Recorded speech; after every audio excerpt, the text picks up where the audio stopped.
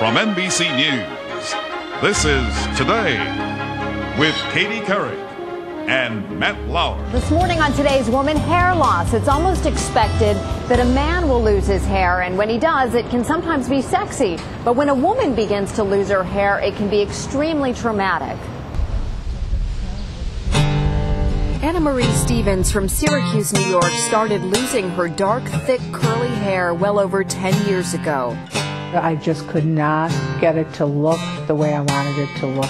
And then my husband noticed in the crown area in the back that there was a spot, a bare spot. It's very upsetting, very upsetting. I should have seen it coming because my mom had tremendously thin hair by the time she was the age that it started with me. Hereditary hair thinning can start appearing at any age. In actuality, most women develop it in their 40s or 50s, but some girls can start developing it during teenage years. At first, Anna Marie was in denial, finding ways to camouflage it. I tried just teasing it and picking it out, and I tried combing it to the left, combing it to the right. I reached a point where nothing works anymore. And it was then she finally consulted her daughter, who specialized in hair placement. Anna Marie opted for a non-surgical hair replacement system that is adhered to the scalp and integrates both existing and replacement hair. My daughter, Alicia, did the Real Illusions process on my hair. That's when my whole life changed. My self-confidence was restored. I had my hair back.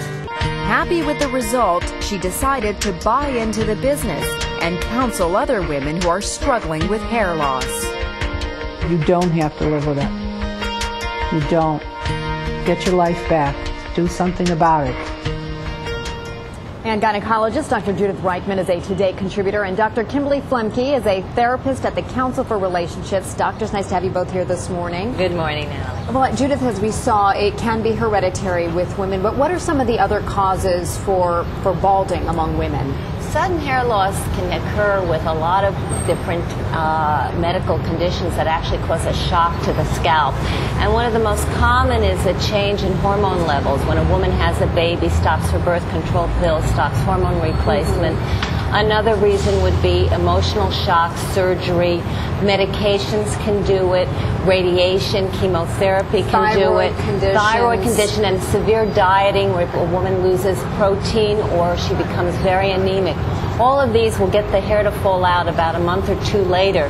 But the good news is in most cases the hair will grow back as the shock resolves. One of the other conditions you hear about as well is alopecia. Can you explain what that is? That's an autoimmune disorder in which white cells actually attack the hair follicles and cause the hair to grow off.